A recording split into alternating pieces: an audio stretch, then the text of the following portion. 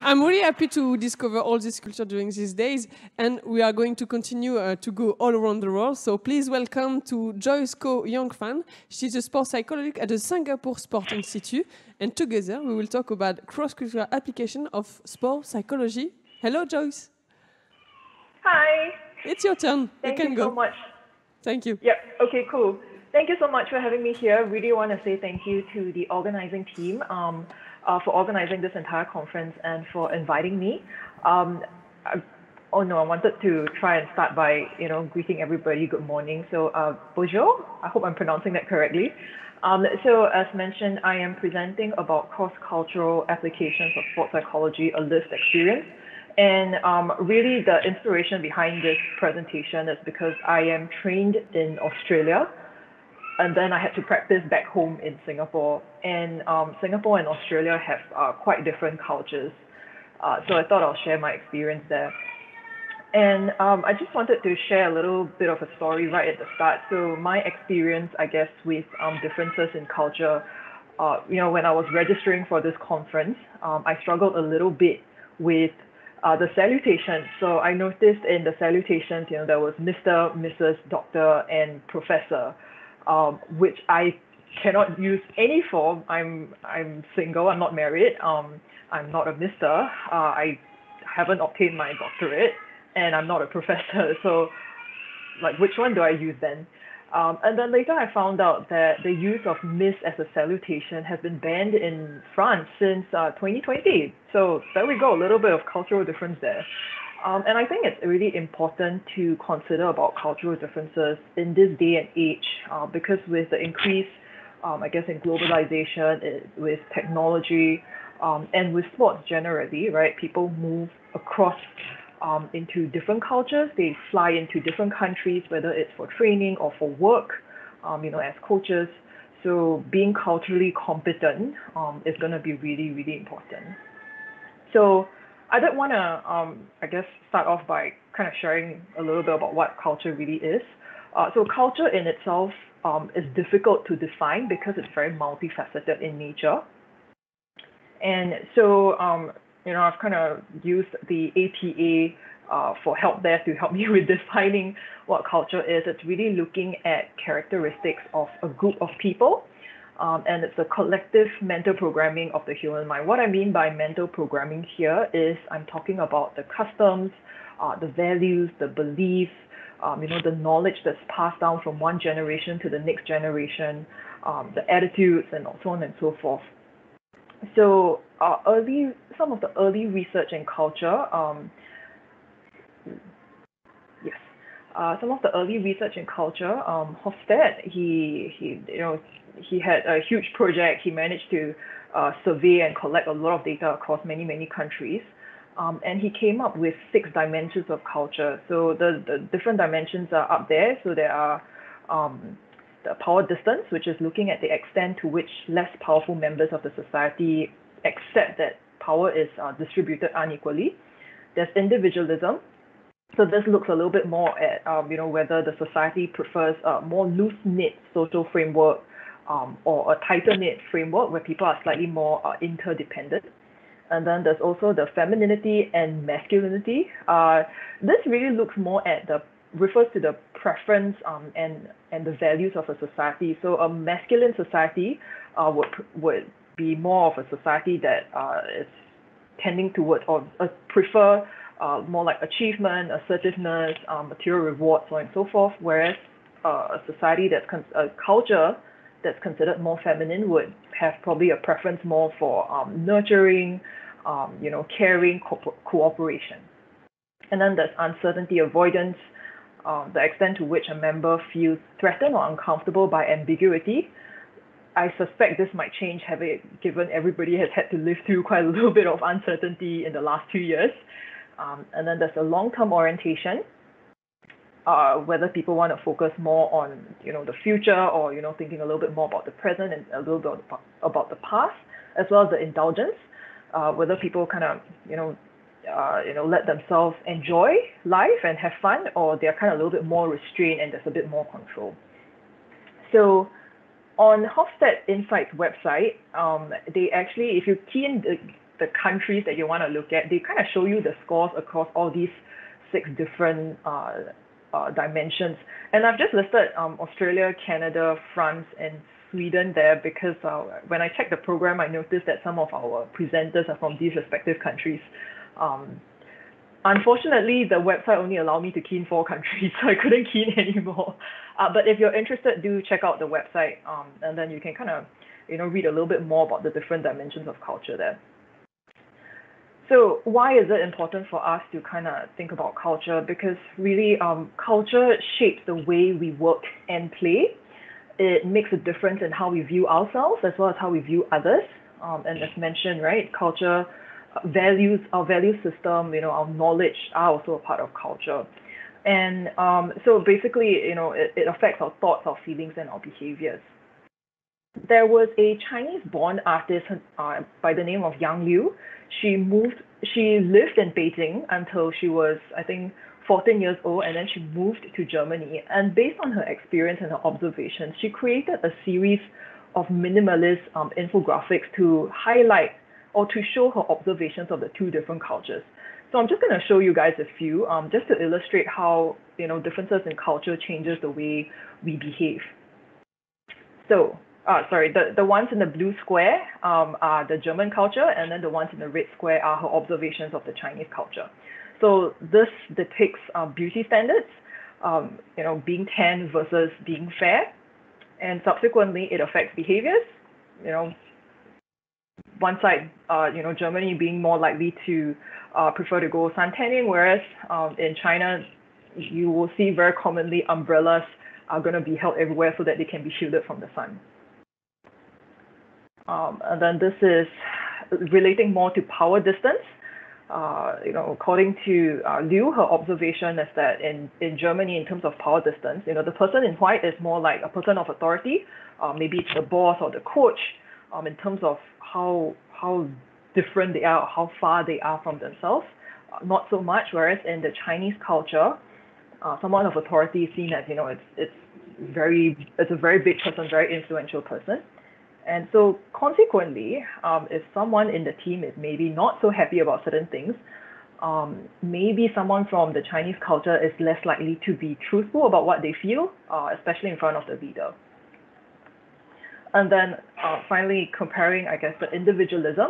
So Germany is more of an individualistic culture, whereas China is more of a collectivistic culture. And so it's really looking more at, I guess, relationships. And because I'm also from more of a Chinese culture, I think because there's so much emphasis on maintaining the relationships, this is how we share opinions.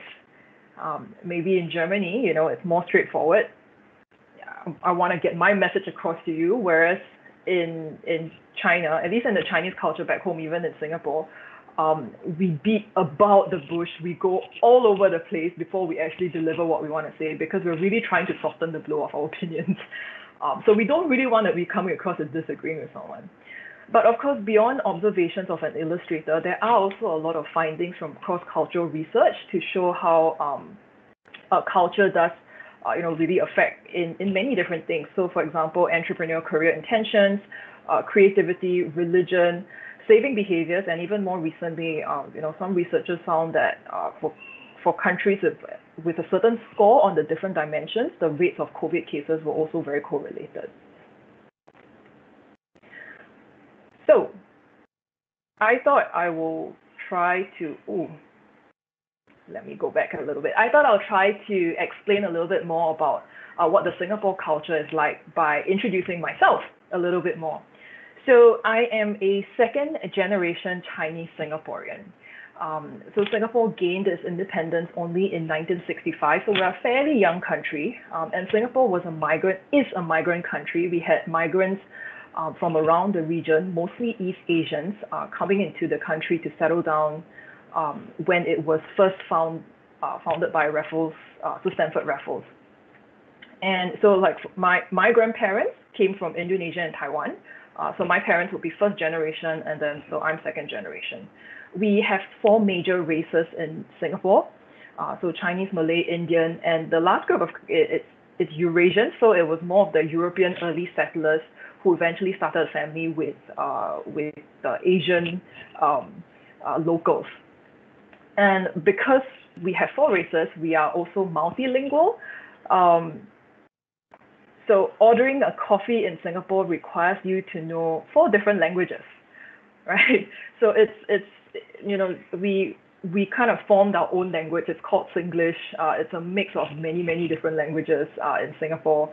And so, if you come to Singapore and you have a conversation with someone, or you're overhearing a conversation, it can be you hear bits and pieces and they're like, wait, what are they saying? Because it doesn't sound like it's English. Yeah. And both my parents worked when I was growing up, so it's a dual income family. Expenses of living in Singapore is really high. Also, when you have twins, the expenses kind of doubled. So I have an older twin sister. She's 3 minutes older than me. And so because most of the time the parents are working, and this is a very common arrangement, because most of the time parents are working, the grandparents play a huge part in childcare arrangements. So the older persons in the family are very much involved in the upbringing of the children. And this is also very reflective of, I guess, the family ties. As I've mentioned earlier, Singapore is also quite collectivistic in terms of the culture. And there's almost this sense of, why do you want to let a stranger look after your child when you can have a family member looking after them? I studied in a mission school. And the reason why I brought this up is because, so other than being multiracial in Singapore, we are also multi-religious.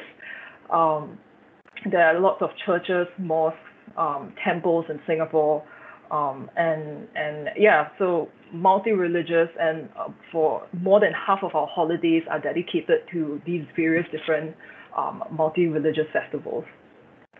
The other thing also I brought up with the mission school is that because Christianity is brought over from the West, so a lot of the schools that were set up by the Christian missionaries are taught in English. So traditionally, students who graduate from the school are more comfortable with English. Even though in Singapore, we are required to be bilingual. So I'm one of those who, even though I'm supposed to be bilingual, I'm way more comfortable speaking in English than I am in my second language. And so in Singapore, we are all required to participate in either sports, arts, or music. So I, of course, chose to do sports along with my twin sister. This, in school, it's initially called Extracurricular Activities. This was in place since the 1950s. And then later on in 1999, they decided to change the word. They decided to change the word from extra to co-curricular, because the word extra kind of gives the idea that, maybe it's added on, it's non-essential, it's not important. And this is very reflective also in our current Singapore climate. I think sports is not viewed as a viable career option. Most people are happy with participation in recreational sport, but not necessarily really thinking about elite sports. So some other pieces of information about Singapore, we're dominated by one political party since our independence in 1965. They worked a lot on the principles of meritocracy as well as pragmatism.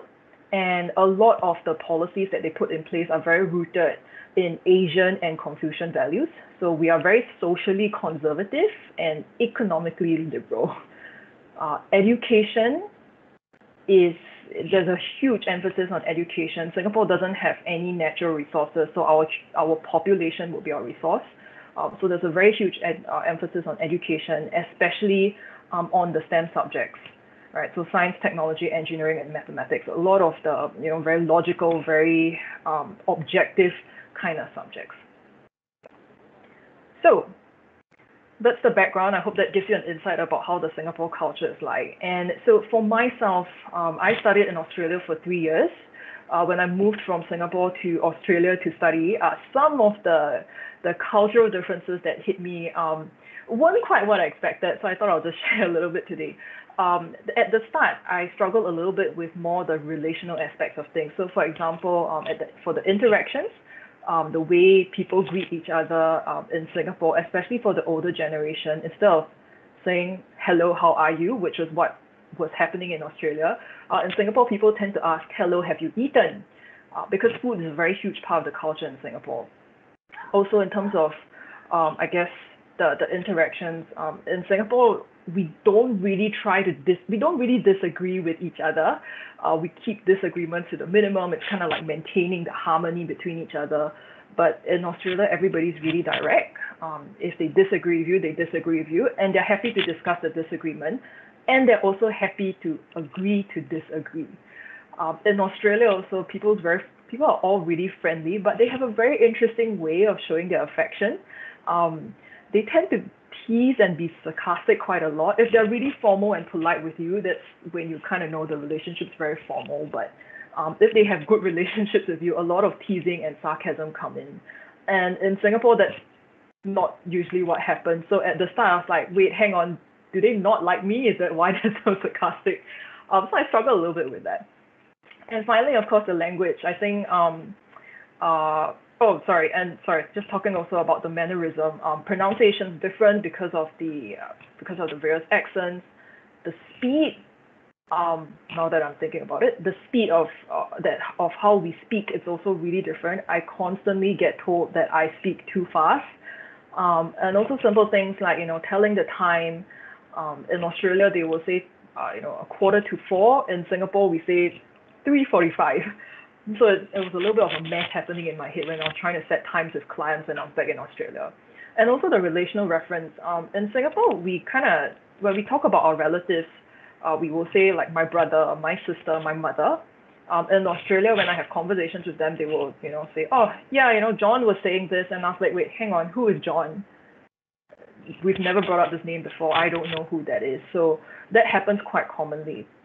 And then, of course, the slangs. There was a lot of slangs in Australia that I didn't really get. So again, this made it really tricky when I was trying to have a conversation with clients in Australia. So, let's meet in the Arvo. What is Arvo? So that's afternoon in Australia. And they like to use the expressions like things went pear-shaped, which means things didn't go so well.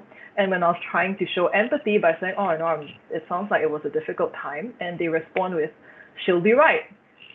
Wait, hang on, who are we talking about here? So when people say she'll be right, they mean that things will be all right, will be okay. So just some little interesting observations I've had there. And then after graduating from Australia and moving back to Singapore to practice, these were some of the things I realized I had to adjust for. So the theories were the biggest thing that stood out for me because a lot of psychological concepts and theories actually stem from Euro-American contexts and so have a lot of Eurocentric cultural assumptions. And much of the psychological research is actually based, much of psychological research on prominent theories and concepts actually have weird participants. So what do I mean by weird? They are Western, educated, industrialized, rich, and democratic. And an analysis in 2008 of top journals across 6 different disciplines of psychology from 2003 to 2007 found that as much as 96% of research participants are weird population, but only 12% of the world's population are weird. So this means a lot of the theories that I've learned or that I've put into practice in application when I was in Australia really needed quite a bit of tweaking when I came back home to Singapore. And then, of course, there's also, the interventions, as mentioned, because a lot of the theories are based on weird population. For example, when I try to use an intervention of self-talk, in research, they talk about how positive self-talk is really helpful and really important. In 2006, there was a research showing that Asian Americans perform a lot better when they have negative self-talk compared to positive self-talk. So that's like new information that I need to make sure I integrate when I try to develop an intervention for an athlete. And then we also learned to use therapeutic methods, so cognitive behavioral therapy, acceptance commitment therapy, schema therapy, so on and so forth. While in Australia, I didn't feel like there were any particular preferences with regards to the clients that I work with. Coming back to Singapore, I noticed that a lot of the clients I work with, a lot of the athletes I work with weren't really comfortable with things that doesn't make sense or seems a little bit too abstract. So the cognitive behavioral therapy was something that most of them was most comfortable with, because that therapeutic method talks about, okay, identifying what are your thoughts, finding evidence as to whether those thoughts are true or not, and kind of like refuting it. So coming back to I guess, when I explained about the Singapore culture, there's a lot of focus on STEM subjects, and I think that might be why people have a preference for things that's kind of like more logical, evidence-based and gathering data. And then, of course, there's the relational aspects. Having spent 3 years in Australia, I was very comfortable with people openly disagreeing with me, and I was very comfortable with disagreeing with people, but I couldn't do that. Coming back to Singapore, I had a few people taking offenses when I openly said, no, I don't think I agree with you. So, and also, remembering about hang on a minute. Yes. So remembering also about power distance. So I've just put up the scores for Australia and Singapore there. I struggled a lot with the confrontations as well as some of the mannerisms, because when I spoke to coaches who were older than me, or team managers who had been in the industry a lot longer than me, they almost have this sense of, wait, hang on, you're new here, you're young, I don't think you're in a position to tell me this. So that was a little bit of a struggle coming back. And then, of course, also, I guess, the social aspects of things. There's a lot more stigma in Singapore to see a psychologist. And people are a lot more reactive. Oh, I don't see a psychologist because I have no problem. Only when there's a problem, then I'll speak to the psychologist. So that was quite a bit of a struggle. And as you've heard from Paul's presentation earlier, there's actually a lot of preparation work that needs to be done. We don't wait until there's a problem or until the competition comes, then we start working on it. And then also sport involvement. Because I was always involved in sport, I didn't realize that the support for sport in Singapore was not as big. It wasn't until I studied in Australia, I've seen, whole families come out to support their child at the competition. The buses, you get free bus rides to stadiums on game day, and so on and so forth. But in Singapore, there's so much emphasis on education that when exams come around the corner, there's almost a complete break from training. Some of my athletes, when they take public transport and they strike out a conversation with someone on the public transport, and they find out that the athlete is a national athlete, the common question is, why are you doing this? It's not going to earn you money. So it's a very kind of like pragmatic kind of question, and I'm not sure also if that's reflective of the long-term orientation as well as the indulgence part of things. So I guess if looking at the scores there, Singapore's more likely to want to plan for the future, to look for the future, and also because sport is seen as something indulgent, and Singapore's more of a country that's more on the restrained side. So that's perhaps reflective, I guess, of my own experiences coming back from Australia to Singapore. So what did I learn, I guess, from all these is that really needing to remember that, again, culture is really important. It affects a lot of things. And some considerations we might want to have here is that I don't think culture the common notion about culture is that it's based on geographic location. But that's not necessarily true. So a lot of research do compare countries, saying that, it's one culture to another culture. But that's usually because, again, culture is very, very difficult to measure. So they try to use location or some other variables as a proxy for culture, but that also means we overgeneralize some things. My master's thesis was looking at cultural differences for burnout rates among umpires.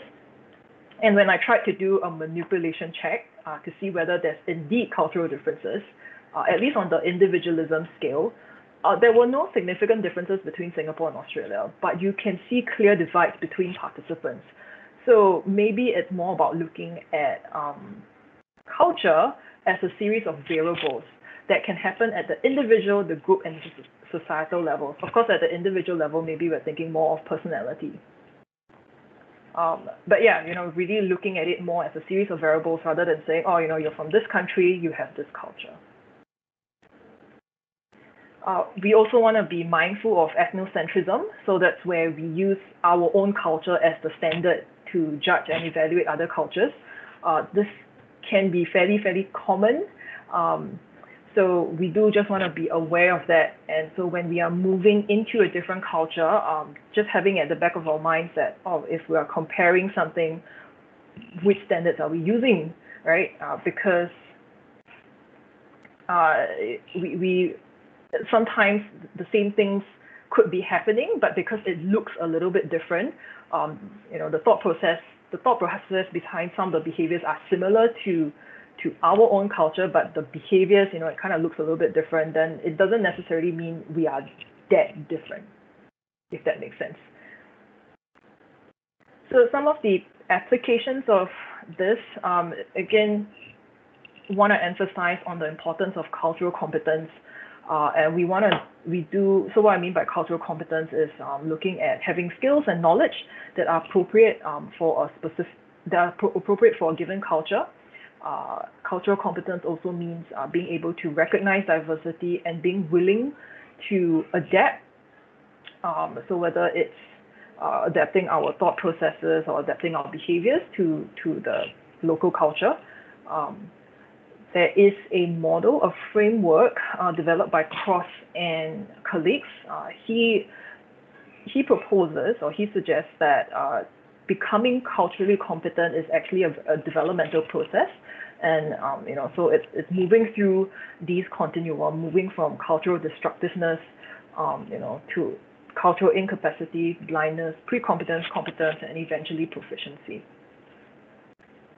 So what can I share, I guess, in terms of my experience? How do we develop this cultural competence? How do we be more mindful of the cultural differences? So very first thing is don't make assumptions, don't assume, don't use your past experiences as a standard either.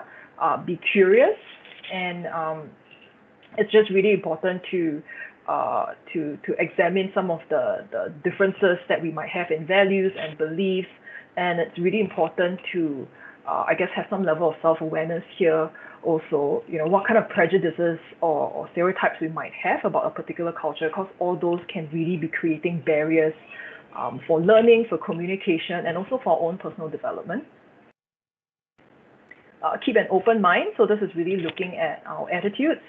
We want to be suspending our judgment, always learning and trying to understand, develop a sense of empathy.